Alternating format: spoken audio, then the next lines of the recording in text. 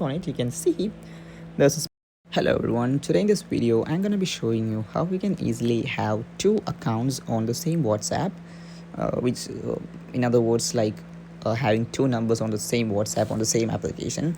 So I'm going to show you how.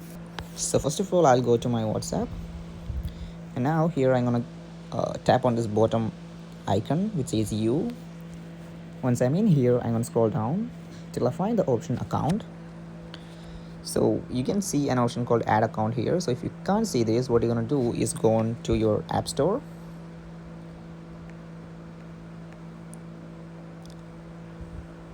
and then on the search bar type in WhatsApp,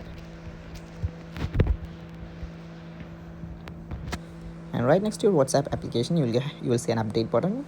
You have to click on it and wait for the update to be completed. So once that's completed, you can go back to your WhatsApp and follow these steps. So here you can see the add account. If I click on it, you can see there's this plus, and if I just click on it, I can just type in my number and continue with the verification process. And once that's done, I'm going to have two accounts on my same WhatsApp application. So that's it for today's video, guys. Hope you found this video informative. If yes, please do like, share, subscribe, and thank you for watching. Have a nice day.